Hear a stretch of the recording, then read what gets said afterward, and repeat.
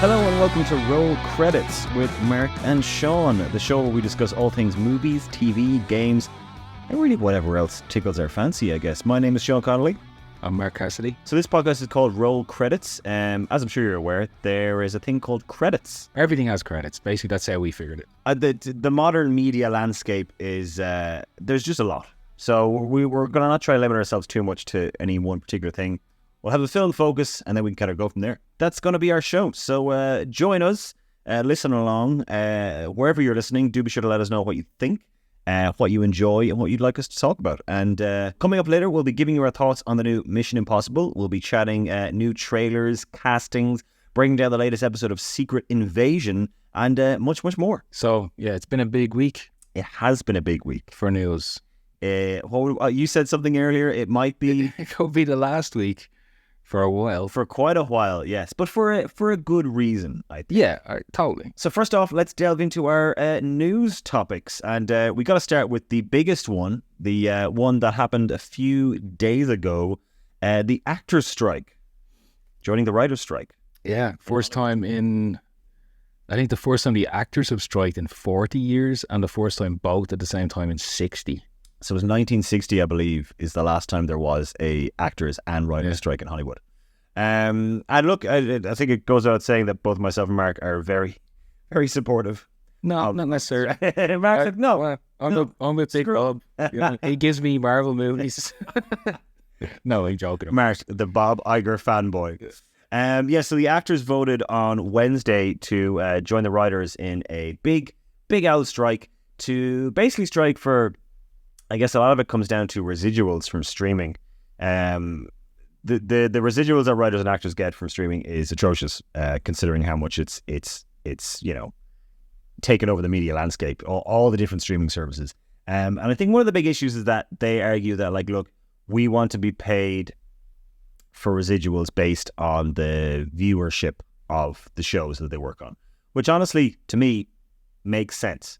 Because it used to be that when a show was broadcast again on TV, that's when they get residuals. So if the show was shown again, or if it was in syndication or whatever, like the residuals would be quite high. But nowadays, the streaming services, because you can access anything anytime you want, the studios are kind of getting away without paying too much for that. Yeah, I mean, barely anything for him, maybe. Yeah. So it's completely understandable why actors, creatives in any field would be... up in arms about this and striking. Yep, 100%.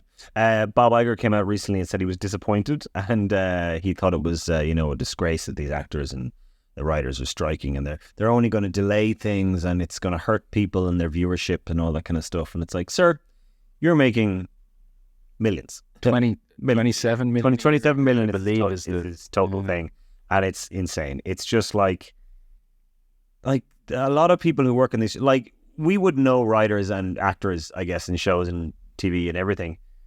In your head, the biggest ones, you'd be like, oh, they're super rich. They make loads of money. But the majority of the people who work on these are just like, some of them are barely making a minimum wage, if anything. What I've heard anyway, I'm not sure how accurate it is, but it's either going to be a thing that will be resolved within 2 or 3 weeks. Yep. Or mid-October is it's either very soon or it's months. And I think writers are going to cave first, of course. Because they have been going for longer, to be fair. Not only that, the actors, especially depending on like the level they're at, but a lot of the biggest Hollywood actors can afford to wait out the studio. Oh, yeah, definitely, yeah. Writers, not so much. No. So I think there is going to come a time where the writers are going to need an income. Yeah. And it's going to, they're going to have to settle. Yeah, no, 100%. And again, it's one of those things that, like, I think I read somewhere that it would cost in the region of $450 million a year to meet the writers' demands. That's just the writers.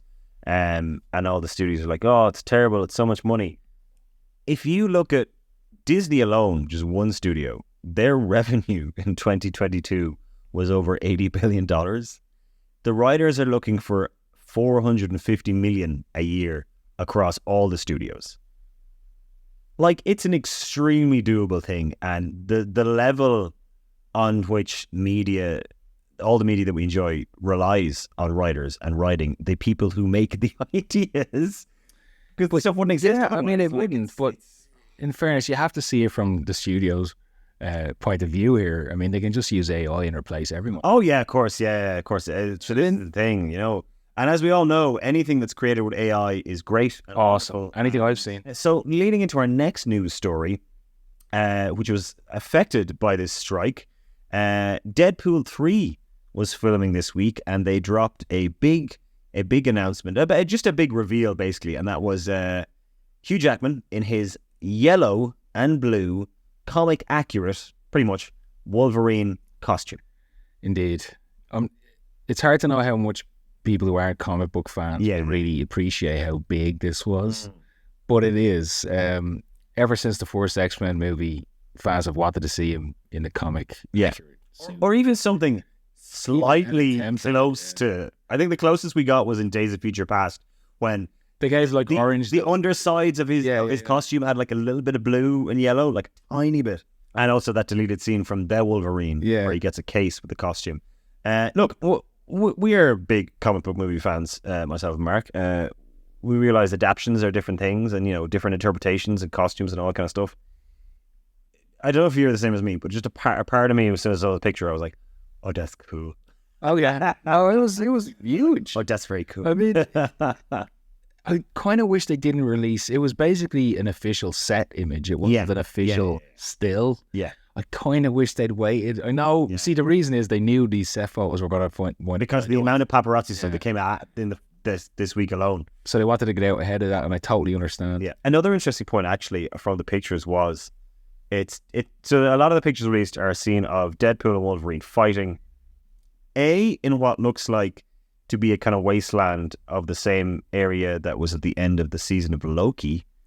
I believe it is supposed to be something like that. The Void. In the Void, yeah. And also they were fighting in front of a half of a 20th century, a giant 20th century Fox logo, which is interesting. I personally think they're going to go for some element of Deadpool kills the Marvel Universe, but it's going to be the Fox Marvel Universe, which is a comic series that he was involved in. Now, I don't think it'll be exactly that. I think there's going to be parts of that involved. Yeah, I think there will be elements of it.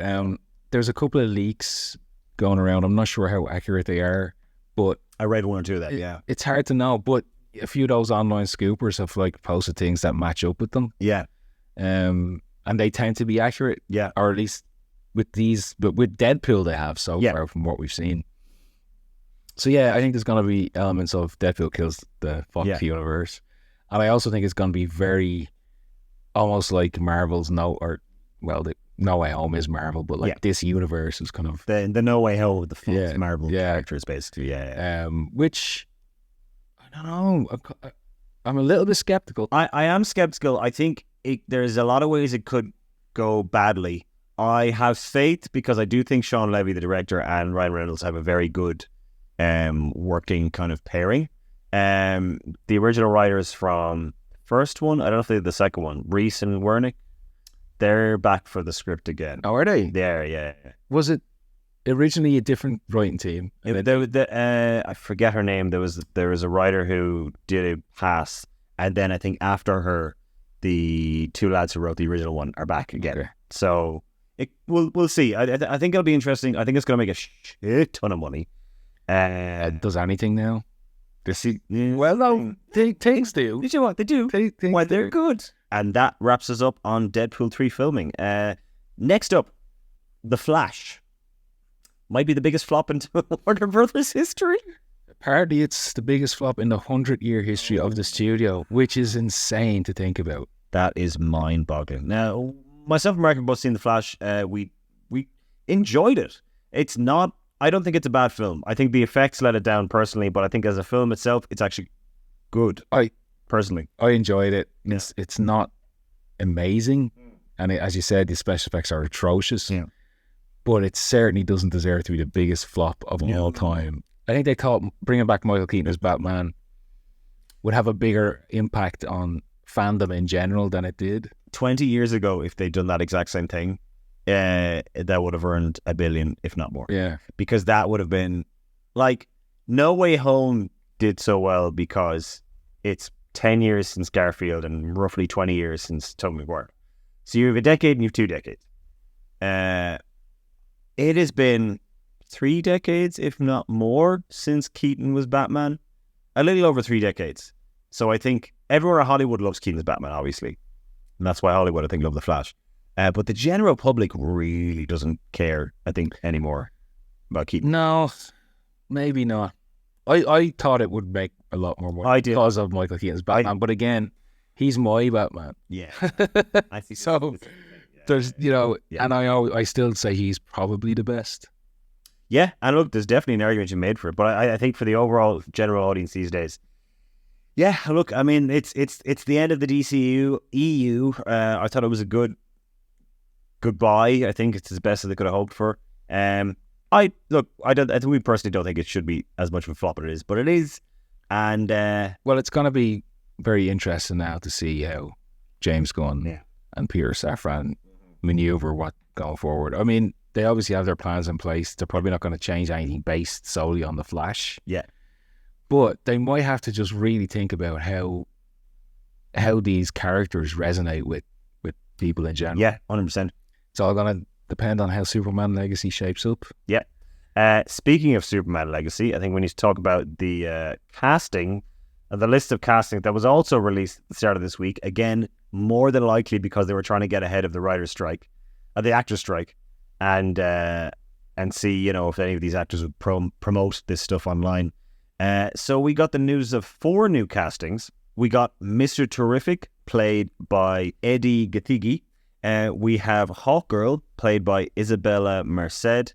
We have Metamorpho, played by Anthony Carrigan. Apparently he was very good in Barry. I haven't seen Barry yet. Yeah, apparently he's phenomenal. And then one of the biggest ones is Nathan Fillion as Green Lantern Guy Gardner. Yeah. Now, how do we feel about all these characters being added to this movie? We were chatting about this during the week. I think you're more hesitant than I am. I don't mind because the way I see them is that Gunn is introducing them kind of like the Nova Corps in the first Guardians, where they're just kind of part of the world and they're not. I don't think they're going to be a massive part. I think we might get like 1 or 2 scenes max. I think what's going to happen is it's going to be Clark, Superman, etc., etc. You've got all your Daily Planet scenes where he's Clark, and then he becomes a superhero, but he joins a world that already has superheroes. I think we're going to get maybe 1 or 2, 3 scenes most, I think, of all these characters. I think it's more casting for future stuff than anything else. Well, that's what I thought initially, but Gunn then came on and clarified. He said that he's not just introducing these guys to set up future movies. Yeah. He said that he basically wants to... So it's Clark Kent and Superman, a man of 2 worlds. He wants to have Clark Kent with Lois Lane, Jimmy Olsen, and then he wants to have Superman with his other meta-human pals. And I totally get that. Yeah. But I'm just wondering, so is it going to be really, 2 halves of the same film? Is it going to be going back and forth? Then you have villains as well. Do you know what I think and what I would compare it to is in my head? Invincible. He's a kid, gets superpowers. He's already in a world that has a lot of superheroes, but he's kind of the Superman kind of vibe. So I think that's the kind of route he's going. He's like, the stories that this character, it's about him, it's about Clark getting his powers, becoming Superman.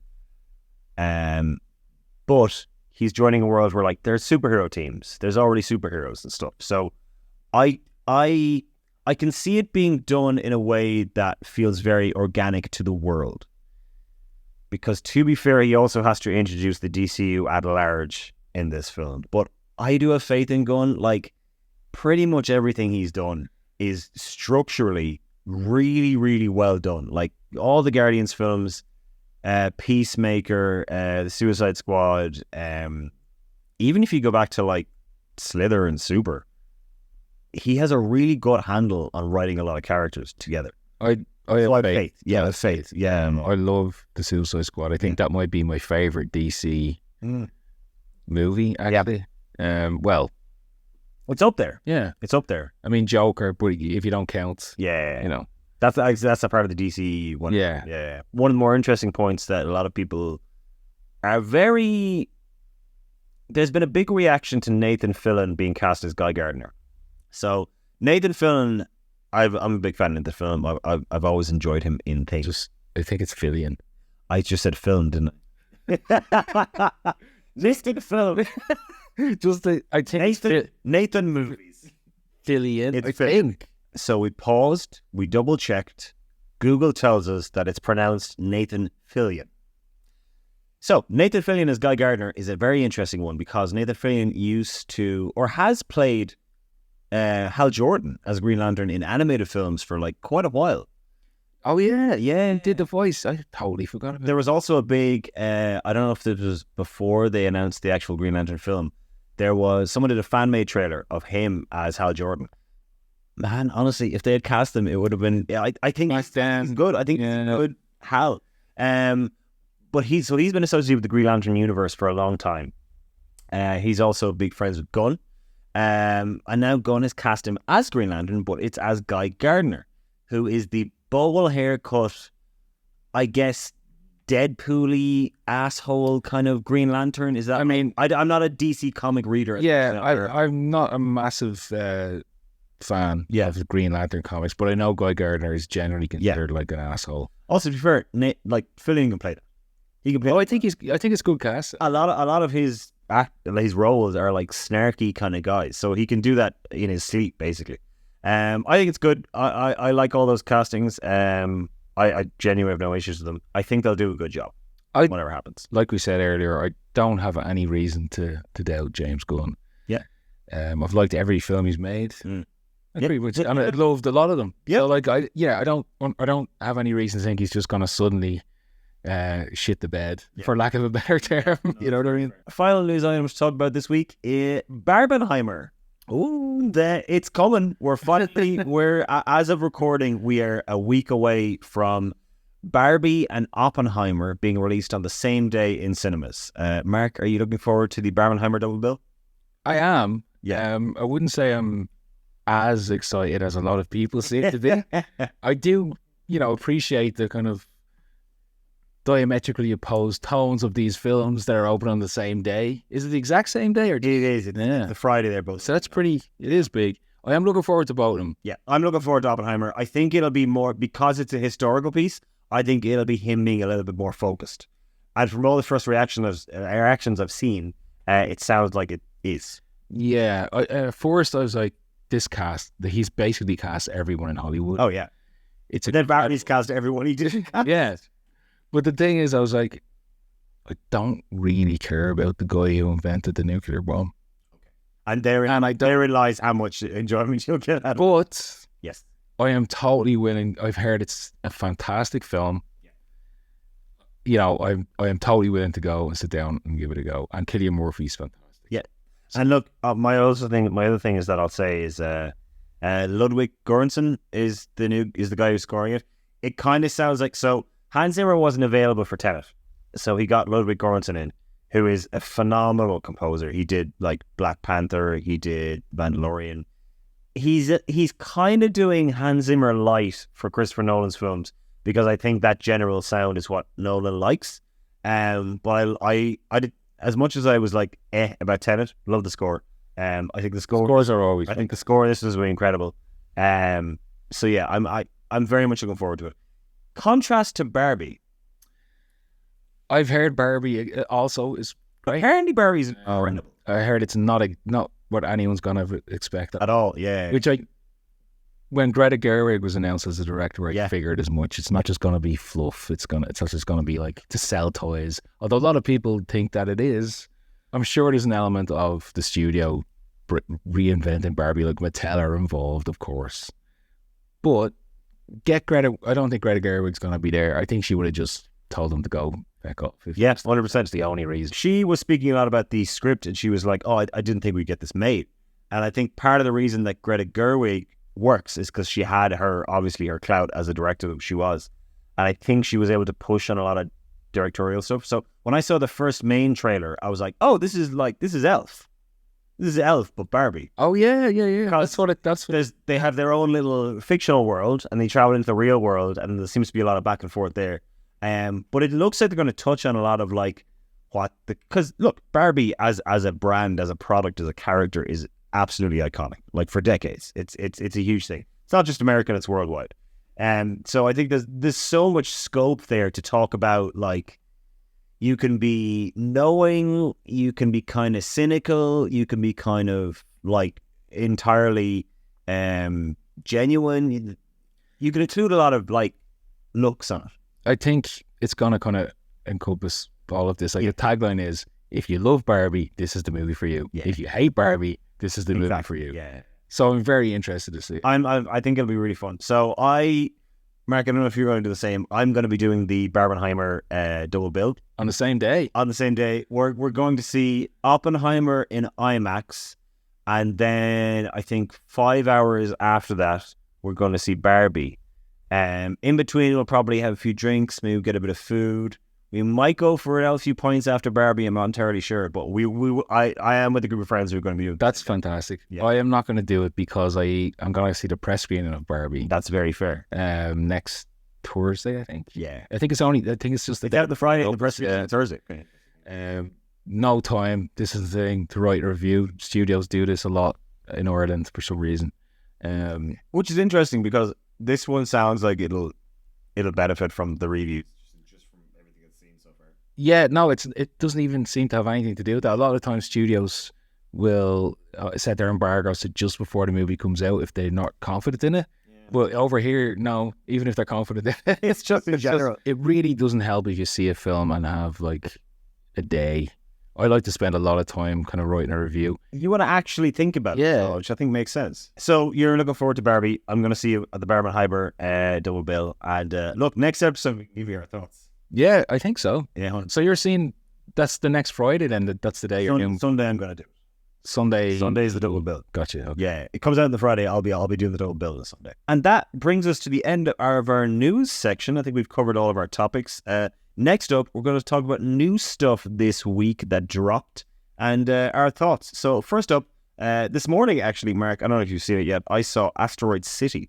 I haven't seen it yet. I do want to see it. What were your thoughts on the trailer? It looked interesting. Directed by Wes Anderson. It looked like a Wes Anderson movie. True. So I saw it. Now, I've always enjoyed Wes Anderson. I'm not like a diehard Wes Anderson fan. I haven't seen all of the films. But the ones that I do know, like Grand Budapest Hotel, Moonrise Kingdom, Fantastic Mr. Fox, enjoyed all of them. I quite enjoyed this. I thought it was a nice, fun, kooky little film.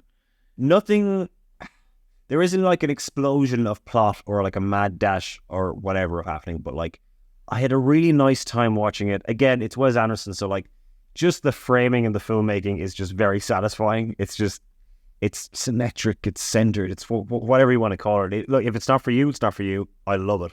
The score is lovely. All of the performances are great. It's very much a performance character piece, more so than I guess what the actual plot is. But no, I had fun. I laughed quite a bit. It's quite funny. It's not as funny as Grand Budapest Hotel, but it's still quite fun. So yeah, okay. My favorite Wes Anderson movies will be Grand Budapest, Fantastic Mr. Fox. Yeah, and I really like the Royal Tenenbaums as well. Yeah. Would you put it up there with them, or is it more kind of? I think for me, it's up nearer the top of the ones, his good ones. Because I watched The French Dispatch. I haven't seen that yet. I turned it off after 40 minutes. It's just, for me, it was unwatchable. It was so... Wow, okay. Like, I must give it a watch. None of the humor worked. All of the characters were irritating. I think this is the thing. It's, when he's good, he's good. And when he's bad, he's really bad. But and it's because he's consistent. He has a consistent style. And depending on what side of his line that he falls, it's either I love it or it's either I hate it. But it's always going to be his style. Oh, so, anyway, I saw it earlier. I quite enjoyed it. I would give it... I was struggling with this. I think I'd give it 4 out of 5. Okay. I'd give it 4 out of 5. If I was to give it out of 10, probably closer to a 7. But if it has to be out of 5, I'm going to go closer to 4. Well, you can do your own ratings if you like. I'm going to stick with the stars. I do like the stars out of 5. So I think it forces you to commit a little bit more. This is the thing, yeah. Because I don't do half stars. Yeah, commit. That's very fair. So next up, we can talk about episode 4 of Secret Invasion. So this is Marvel's current series that is airing on Disney+. It is about the Skrulls and the secret Skrull invasion of Earth. It has Nick Fury as the main star and also Talos, a Skrull, played by Ben Mendelsohn. They're the two kind of main characters. We also have Emilia Clarke playing another Skrull. Yeah. What have you thought of the show so far, Mark? I thought it's been excellent. Yeah. Mostly. Yeah. Up there with the best stuff they've done with Loki and I would say WandaVision. So yeah, fantastic. I love the characters. I love Nick Fury and Talos. I love their chemistry, their dialogue, their scenes together. Look, honestly, this show has some of the best actors doing very good work. Like, even is it Kingsley Ben-Adir? Oh, as the villain, yeah, he's fantastic. Phenomenal. One of the best villains I think in the MCU for quite a while. Yeah, and it seems weird to say that after just 4 episodes, but he really is. He actually combines like really. I hate him for the stuff he's done, but at the same time, I totally get. I want to see more of him. You know what I mean? He kind of has this like cold, calculated yet like determined villain thing that he just does really well. I think the Welsh accent helps. See, I originally thought it was Irish. I think it is Welsh. I think it's Welsh because he is supposed to be. Well, I think that's his natural. No, see, dude, look this up. He's actually from somewhere in he has like an English, a London-ish accent. Oh, so really? So whatever accent he's doing in that show is definitely deliberate. Oh, okay. So I'm not sure if it's supposed to be Welsh. It sounds Welsh. Because a few times I thought he was Irish, and then there's certain pronunciations words, so I was like, oh, okay, well, it's Welsh. Because whenever I find someone's a mix of Irish and like some kind of English, it's generally they sound kind of Welsh because they're not quite Scottish. So that's interesting because he has an Irish henchman in whatever. Yeah, Killian Scott from Love Hate. Ah, okay. No, look, I'm quite enjoying the series. I think all the actors are phenomenal. I think Sam Jackson is getting some great stuff to do. I've always loved Nick Fury. Maybe this is why I love the show so much is that I find this basically the Nick Fury show with Talos. The next MCU project after this is the Marvels, I believe. That's the next big screen one. I think so. The next cinema one. Yeah, because this essentially is a sequel to Captain Marvel, and this will continue. Marvels will. It's crazy when you look at the trailer for the Marvels how the contrast in tones. Yeah, completely. Because Nick Fury and that and Nick Fury and this are they're almost different characters. So yeah, that's going to continue on, and then also apparently this is going to lead into Armor Wars, which has taken a very different connotation. I'm kind of glad it's going to be a film versus a show because I do like that they're realizing they want to do a story and they're not trying to stretch it into 6 hours when it kind of could be maybe 2.5. I prefer that. So anyway, we're both big fans of Secret Invasion. We're looking forward to the last 2 episodes. And I think that covers our Secret Invasion talk. Trailers, Mark, this week that have dropped. I think it was mainly Tuesday that all of these dropped because the studios are trying to get them out so the actors could promote them. Yeah, I think that I didn't even think about it until the strike. Yeah. Now that I do, it seemed like that's what they're trying to do. So first up, we got the first trailer for Wonka, which is the Willy Wonka origin story. Because we all wanted to know it. Look, Willy Wonka bought a chocolate. I needed to know how Willy Wonka did his Willy. How Wonka Willy did his Willy Wonka. I needed to know the story. I needed to know Willy, the origins. So this is directed, now I will say, right, this is starring Timothée Chalamet as Willy Wonka. It is. But it's directed by the director of Paddington 1 and 2. I love those films. Arguably some of the best films that have been made in decades. Especially the second one. So this is the thing. The vibe that director gets is he has a kind of a classic Hollywood.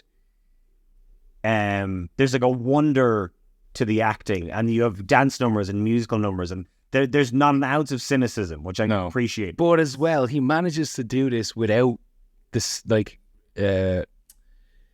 cheesiness, mawkishness, cheesiness. Yes. He manages to kind of do it in a real way that you actually are engaged and you really are with all the characters, and it doesn't feel cheesy. It just feels nice. There isn't an effort to like. Okay, you have to make a bit of an effort to get into this world, but once you're in it, it's fine.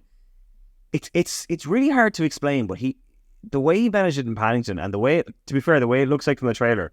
I know some people have issues with the way Timothée Chalamet portrayed Willy. Yeah, that's going to be my problem, I think. My theory is that it's a bit off-putting in the trailer, but I think if you watch the film and let's say you're sitting there for 10 minutes at the start and you're like, this is a bit odd, and then you get into it, you're there for the film. I think maybe it's one of those performances and one of those styles of like sincerity that when you chop it into a trailer and you're just watching it, whatever, it comes across as a bit meh. But I think if you're sitting down there for 2 hours and watching the film, I think you once you let yourself into that vibe of like sincere movie magic. I think it might work. Now, this is me being very optimistic. Well, based on his Paddington films, so you know you have every right to like be optimistic based on them. But the trailer itself, I wasn't a big fan of. Okay. I'm gonna give it a chance. Okay. I think we'll see. Is that kind of? Yeah, I'm willing to give everything a chance, and I do love the Paddington movie. So Mark's open to anything. Oh yeah. So this is what he says. Now I'm very harsh once I do see it. And if I don't like it, I'll tell you. But I will definitely give it a chance. Exactly. So next up we have Ahsoka. They released their big main trailer for the brand new Star Wars series that is coming out, I think the start of August, maybe August 2nd or 10th. I'm not entirely sure. So did you ever watch Star Wars Rebels? Yeah, I absolutely love Star Wars Rebels. I love Rebels, right? I love Dave Filoni. He's had a few chances to direct with the past couple of seasons of Mandalorian. It definitely... What I find so funny is, right, Disney made the sequel trilogy, and then they made Mandalorian. And clearly, because they promoted this in marketing since then, they realized when making The Mandalorian, they were like, oh, wait.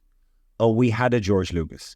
Oh, we had George Lucas's Padawan, basically, with us the entire time. Because Lucas himself, like, Filoni was his protege when he was making the Clone Wars TV show. Like, Lucas took him on. There's footage of Lucas, like, teaching him stuff, telling him stuff. Like, he's kind of officially the George Lucas Jr. Yeah, I guess so. In the way that he's, like, added to the canon and wrote the stories and all kind of stuff. He's kind of accepted as the fandom as, like, the next George Lucas, basically. So, when The Mandalorian came out, they had him involved, and it did well. Mandalorian Season 2, he was also involved. He introduced Ahsoka. He's had a few options to direct. I think he's an okay director, live action. I don't think it's his strength. I think he's still learning. I think he's a very good writer. So I'm looking forward to the Ahsoka show. I'm not entirely convinced. I loved Rebels. I'm not entirely convinced that they've translated enough of it to live action successfully. So the trailer didn't wow you? No, it. Well, the first trailer was better for me. The second one, it's really, if you're a Rebels fan, you're going to watch this trailer and go, oh my God, look, all these characters. It's basically like Rebels season 3. Yeah, I mean, pretty much. Long story short, we're both looking forward to Ahsoka. Trailer came out. Good. Yeah. Blue Beetle. A Blue Beetle trailer came out on Tuesday. They haven't had a lot of marketing for this film, and like, woof. I will be interested to see how it does. So a second trailer came out. I personally didn't mind the trailer. So my thoughts from watching the trailer were, it's a generic superhero story origin. We've seen a million of them. I'm kind of accepting that that's just what's going to happen, is going to be a thing. Everything outside of that, which is, Jolo Maraduena, who I love in Cobra Kai, he's very, very good. I enjoy how he looks in the show. I like how the look of the family. I like the look of the film in general. I am optimistic about it. Mark, please tell me your feelings. I think it looks awful. Just gotta be blunt. No, do tell. It looks really generic. That's in itself is not like a major. Look, I can't. They're all generic. Yeah. This just seems to be relying on it too much. There's a line of dialogue. Like your love for your family makes you weak. No, that's what makes me strong. Yeah. Literally, that has been in other films. Oh, I'd say it's been about 10 to 20 different films, to be honest. It just looks so generic. That's in itself is not like the worst thing in the world.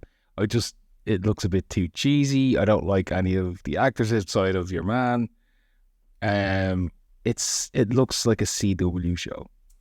Yeah, no, and look, I hope I'm wrong. Honestly, I really do. I really want to be surprised. I have to go with just the trailer that I've seen. I'm looking forward to it, and I can't really disagree with too much of what you said. We're just more optimistic in general, which is good. Yeah. I can't disagree in the CW-ness.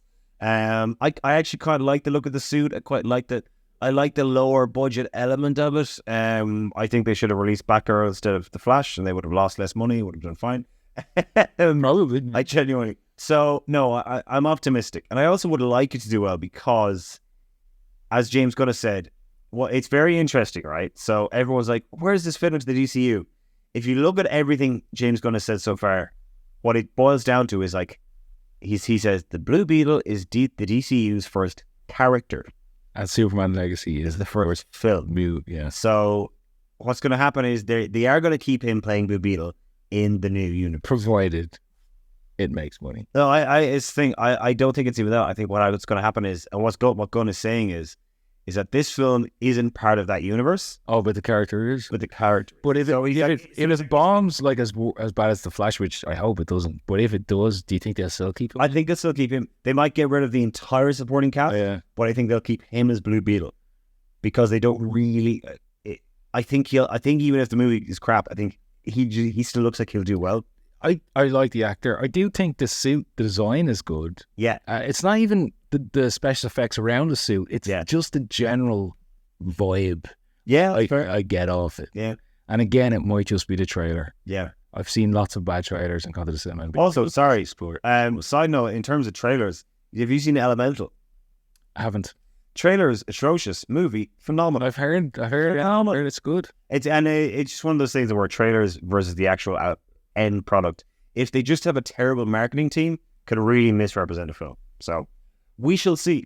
And now on to our big topic of the entire podcast, that is our review of Mission Impossible Dead Reckoning Part 1. Which is the longest title, I think, ever. It is quite long.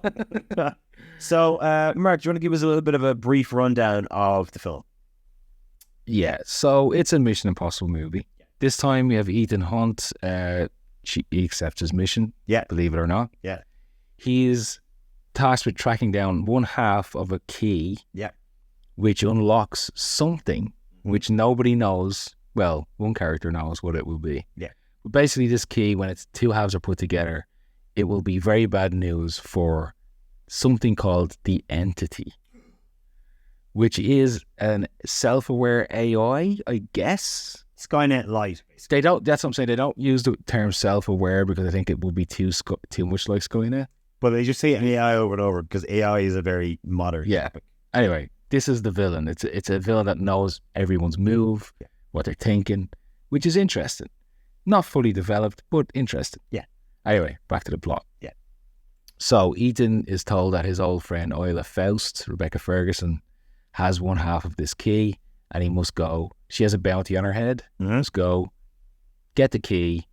Whatever happens to her is incidental, and bring it back. But of course, things don't necessarily go as planned, and we get a series of action, like retrieve the item scene, which is fine. Which honestly I don't mind at all. We have a big retrieval of item scene in Venice, and then we move to a club somewhere, and then we move to mountains and a giant train, and the film finishes with the climax of the train scene, and that's where we're left with, like, this is the end of part 1.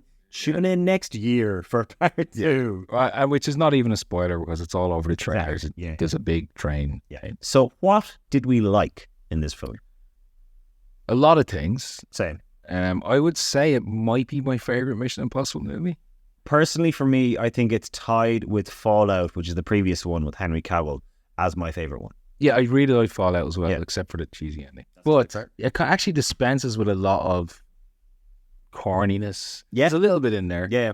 But it takes itself a little bit more seriously than the others, I think. I'd agree with that, yeah. Which is to its benefit, I feel. Yeah. So for me, what I really enjoyed is obviously, look, these Mission Impossible films, ever since Christopher McCurry took over or was involved, actually, to be fair, the one before him as well, Rogue Nation, was very good. The physical stunts that they do. So in this film, you have a phenomenal scene that takes place in Venice where Tom Cruise is actually driving one-handed while he's handcuffed to Haley Atwell, who was great in this film, by the way. And there is also a scene where they drive a train off a massive cliff and destroy it. There's also a scene where he, and this has been promoted quite heavily by the film, drives a motorbike off of a cliff and then lets go of it and parachutes or base jumps down to the bottom of the valley below. Apparently he filmed that 6 times to get the tape that they wanted. Apparently I heard. Yeah. So look, that's always going to be a draw of Mission Impossible film, is Tom Cruise doing an actual insane stunt for real. And they're all phenomenal. The actual film itself, I enjoyed the plot. I thought it was a little bit by the numbers, but it kind of works for the movie that it is.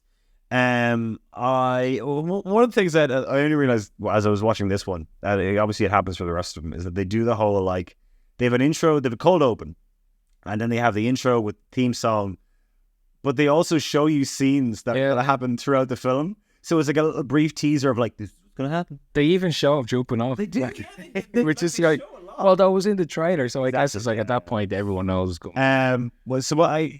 It's a very good film series. It's a very satisfying. Like if you see this in the cinema with an audience, it's just fun. It's just a good time. It's the characters are performed well. The story is like serviceable. The stunts and the action scenes are incredible. Yeah, it's just good. It's just a good time in the movies. Look, action movies in general, I've heard it so many times. Nobody goes to see these movies for the story. Exactly. Fair enough. But that doesn't mean the story can't be good. It doesn't mean you have to ignore everything else. And I don't think this does. It's fairly basic. But this one thing is, it's allowed to be passable and basic, which is not bad. Because I think what a lot of other franchises and I guess directors and writers will do is they'll kind of go, this can be whatever. But at least with this franchise, they kind of go, no, like even at our most basic level, the story is going to be engaging in some way. You have to care about the characters, yes, at least to an extent. Yeah, and it Ethan Hunt is Ethan Hunt. I've heard some people say he doesn't have any personality. Nah, he does. I think. Look, say what you want. No, I think he's a likable character. Say what you want about Cruise. He's a good actor, and he does add personality, and he does add like you can tell when he's like pissed off, or when he's like sick of people, or when he's like genuinely concerned. Like you do empathize with him massively in whatever he's going through. Like, yeah, I would. Cruz is not a bad actor. No, he's not. You can't say like he's a phenomenal actor, and he also happens to be one of the most insane people in the world in terms of what he does. So, yes. Anything else you particularly liked in this film before we move on? Yeah, I will just say I liked that it gave some characters like Luther and Benji, but particularly Luther, little moments. In the other movies, sometimes he's kind of being introduced to just being the guy in the chair. Yeah, and like telling Ethan where he can go and what to do. They gave him a couple of nice moments, with Ethan talking about their friendship and stuff. And even the whole IMF crew were like, and just they tell each other why they came together. There's a little bit of more of an origin there. Does that character, does he come from the original? He's the only character that's been in the first one all the way through. Yeah. So I like that. Now he's not a massive, but it's just there's one scene particularly towards the end where he's like, Ethan, I have to do this, blah, blah, blah. We're not going to get into spoilers, but it's nice. It's a nice... In no way spoiling, but he basically says, Ethan, I have to leave now and not be in the rest of the film to help you basically in the next film. Yeah, basically. It's kind of what he said. No, but I'd agree. I think it serves all the characters well. It's a fun time in the movies. Good film. Yeah, I would say. What did you not like? I would say my major issue is too much of a spoiler to really go into in detail. Okay. Can you figure it away? I can try to yeah, let's try. Okay. Let's do that. So let's give that a go. So in general, I feel this franchise has been a bit weird when it comes to its female characters and how... Very fair point, yeah. I don't know, it's like Ethan Hunt can only be... There's lots of female characters, but main focus-wise, in the main crew, it's like they keeps... Rebecca Ferguson has been in there for the past 3 or is it 4 films? Yeah, roughly, yeah.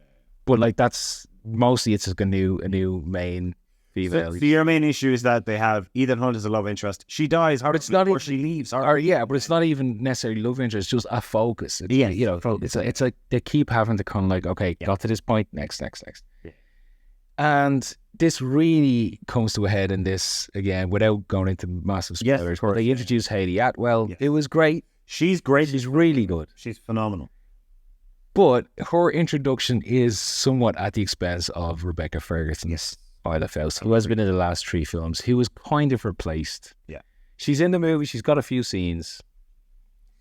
But it's a little bit, because I do agree with you, it's a little bit like, here's our brunette British action woman who we've had for the past few films, and here is a younger brunette British action woman who we're going to introduce. Or, you know, yeah. Look, that is the very cynical view of the film. I don't think it does it at that level, No. but there's definitely an element. Just looking at all the other films in the franchise, it does sort of feel that this is a thing. Like Cruise might be going like, okay, someone new. Yeah, you know what I mean? I don't know. I think it's a Hollywood element of things as well, and it's it's interesting. But apart from that, did you have any other downsides? My only other, which will be kind of a nitpick, is that I didn't think it was quite as funny as it could have been. But you disagree? I quite enjoyed the humor in this one. Now I said this to you previously before we recorded that I maybe just haven't seen the rest of them, because I do remember Fallout being quite funny while also being quite serious and action orientated as well. No, but I quite enjoy the humor in this one. I think another one of my big downsides or complaints, I guess, will be there's a big desert scene at the start that's about 10-ish minutes, maybe 15, that I think they could have cut down, to be honest. And also, to be fair, I would also include that with the big, there's a lot of, this is my thing. There's a lot of exposition in this film. Yeah. A lot of scenes of exposition that I think they maybe could have handled a little bit better. Are you referring to the big scene with all of the people we don't know? Yes. And also played by famous actors. Yeah, and also throughout the film, a lot of talk of AI. I get that AI is the big bad of the movie, but there's a lot of talk of AI where they're kind of all just telling each other stuff that I'm like, you guys, Yeah, they don't really. You know what you're talking about. There is another movie to go, so maybe it will flesh those things. It probably is a lot of setup. But yeah, there is a lot of talk of the entity. And a lot of people saying the entity is coming to save us. Look, my big downsides would be, I think the intro scene could have been a bit shorter. I think the exposition could have been dialed down a bit. But other than that, personally, Mark, I'm going to give it a 4 out of 5. I think it's a very easy 4 out of 5. It could be close to a 9, but so we've had a lot of part ones in the past year and a bit, right? So we've had Spider-Verse, obviously, big part 1. Dune, big part 1. Fast 10, of course, big important part 1. I'm sure it is. I haven't seen it, and I never will. And there's been a few others. So we seem to be in a bit of an era of part 1 films. And now I think this year, and I guess next year mainly, we're going to be divulging or diverting into the part 2s. So we're finally going to get a lot of closure on all the films we've been seeing. Yeah. I mean, we had the trailer for Dune Part 2 release and everything. So, look, I give it a 4 out of 5 for me. I think I have only a few quibbles. I really enjoyed it. I'm definitely going to go see it again at IMAX. Great film. I very rarely give out full 5-star ratings. I would say rarely enough. And this is a 4. Sorry. It's a strong 4. It's a strong 4. I love how much you led that up, because I was fully convinced you were going to give it a 4. No, it's a strong 4. I mean, I don't do half stars. If I did, it would be 4.5. It just wasn't quite, the best it could possibly be. You don't do things by half? No, I don't. There you go. Yeah. I commit. Half stars is like, you have to commit. You have to. No, I'd agree. So I think we're very set in this being a 4 out of 5 for both of us. Again, look, it's a phenomenal action film. Like, it's a good time in the movies. And I think this is what Cruise specializes in recently, because Top Gun Maverick, I don't know, did you see that? Yeah, we have to have this another conversation. Oh yeah, because I thought it was already okay. Oh, interesting. Yeah. Anyway, I'm definitely the winner of it. But I do think Cruise overall in the recent years, he's managed to he has managed to like get a fun time in the movies or in the cinema down to a T, I think, very well with a lot of his films. Obviously not every film he does, but I think a lot of his films are just like, this is a good time in the cinema, go see this with popcorn and a friend and you'll have a great time. Yeah, I think it delivers on that. Yeah, 100%. So that is the rating of 4 out of 5 from both myself and Mark for Mission Impossible Dead Reckoning Part 1 from the Roll Credits podcast. I forgot her name. And that just about wraps us up for everything. So, Mark, did you have a nice time with this episode? I did. I thought it was great. Good. I had a nice time as well. If you enjoyed this podcast, please be sure to like, subscribe wherever you're listening or watching. Give us a review. Give us a rating. Give us the highest rating you can. Give us a very positive review. It helps the podcast grow. Mark, are you looking forward to next time? Yeah, man. What's gonna be your main review next time? Well, next time, Barbie and Oppenheimer. Barbie and Oppenheimer is going to be the big focus. I think we'll have to, because I think we'll have a lot to talk about. Personally. Barbenheimer. Exactly. So if you want to catch either of us, I'm Sean Connolly, or at the Sonic Screw on Twitter, on Instagram, on YouTube, and wherever you're having yourself across socials. Mark? Yeah, Mark Cassidy at Roar Machine. I think definitely on Twitter, possibly Instagram. Yeah. Most socials anyway. You'll find me on Twitter at Roar Machine. Awesome. And that has been it for this episode of Roll Credits, the first episode. The first episode, as it does inverted commas. And as we said, if you enjoyed it, please subscribe and give us a review and everything. And we will see you next time.